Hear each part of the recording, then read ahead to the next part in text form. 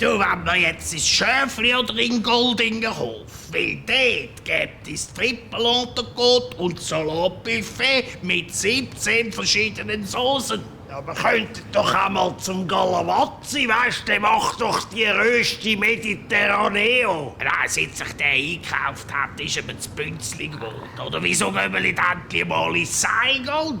Weisst, der Beizer dort ist ja eigentlich ein Norddeutscher, aber der ist jahrelang Chefmechaniker auf einem indonesischen Frachter gewesen. Da ist das der Kuttles Weitenzauer macht. Das habe ich also das letzte Mal ein bisschen schwierig verdauen.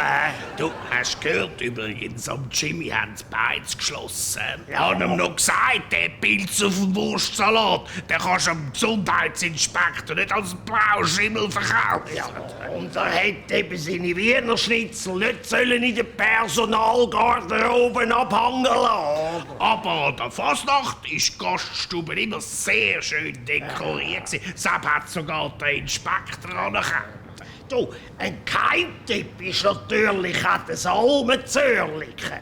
Weisst, der füttert seine Säue nur mit der ungarischen Rupfgans.